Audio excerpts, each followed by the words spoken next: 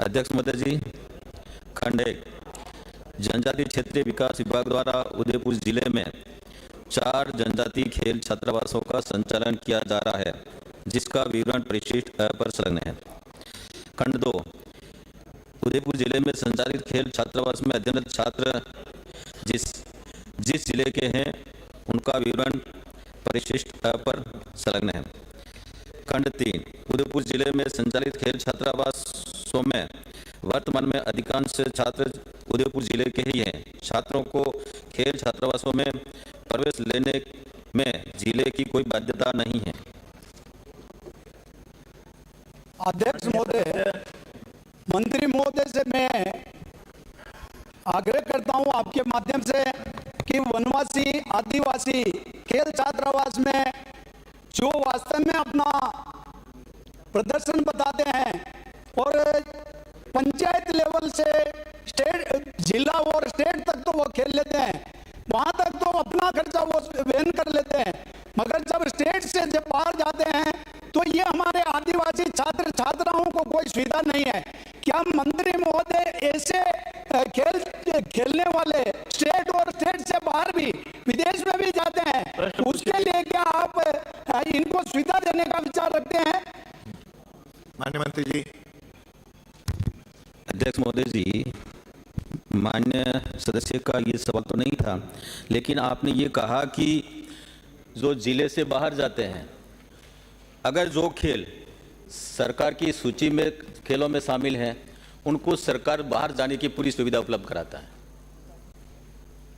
वैसे सुविधा हो नहीं रही है, इसलिए मैंने पूछा था। पहला प्रश्न तो मेरा आपने किया, मगर करना मंत्री महोदय नहीं दे रहे हैं, इसलिए मैंने आग्रह किया है। एक अभी जो विदेश में जा रही थी एक छात्रा को मैंने आपके पास भी भेजा था, आपने भी कहा था कलेक्टर साहब को, अध्यक्ष महोदय मैंने इतना कहा था, मैंने कहा हमारी बालिकाएं बाहर जा नहीं सकती है, 1-1 लाख रुपए का खर्चा 2-2 का वो वहन नहीं कर सकती है। अगर मेरे कोटे से भी होता हो तो आप इनको परमिशन दो, मगर विधायक फंड का पैसा इसमें हो नहीं रहा था, इसलिए आप इसको दिखवाना और इनको करवाना। दूसरा प्रश्न मेरा यह है अध्यक्ष महोदय, आपके माध्यम से मैं जो वास्तव में पहले भी मेरे भाषण में भी कहा था कि मेरे 4 करोड़ से ऊपर 2021 के अंदर जो छात्रावास सैंक्शन हो गई थी, वो भूमि के अभाव में अभी भी वो पेंडिंग है। क्या मंत्री महोदय उसको आप चालू करवा के और बच्चों को सुविधा देने का विचार रखते हैं?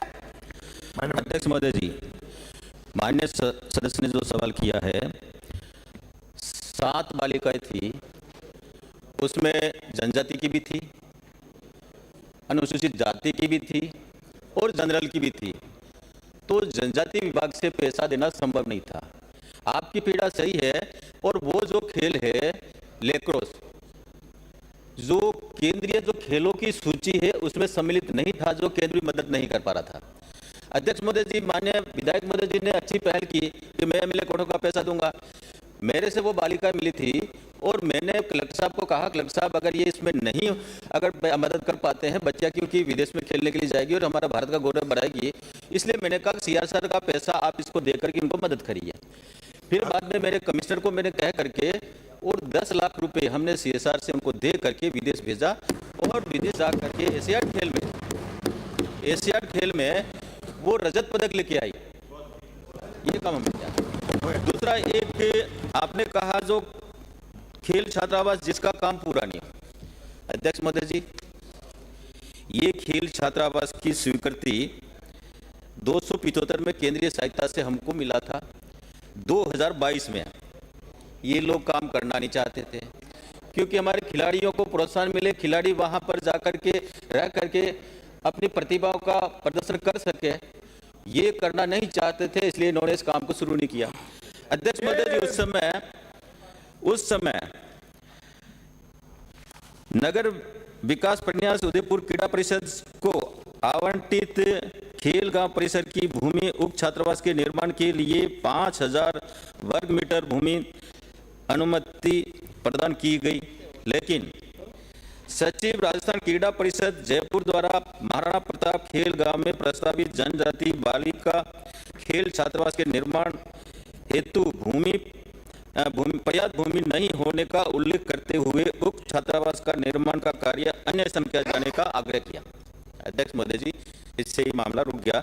दूसरा, अभी हमने इस भूमि को आवंटन के लिए कलेक्टर को कहकर के भूमि का आवंटन जल्दी करके और इस कार्य को जल्दी से जल्दी शुरू किया जाएगा। धन्यवाद मंत्री महोदय, अध्यक्ष महोदय, आपका भी बहुत बहुत धन्यवाद। श्री डूंगरराम। प्रश्न संख्या 200। माननीय मंत्री जी, जवाब आ गया मेरे पास। दूसरे प्रश्न पूछना चाहता हूँ। मैं मंत्री जी से ये पूछना चाहता हूँ कि एटा सिंगरासर के लिए आपने 5 सदस्यीय कमेटी बनाई और उसके बाद 12 जून 2016 को एटा सिंगरासर किसान संघर्ष समिति की वार्ता सूरतगढ़ थर्मल में शेखर अग्रवाल जी उस टाइम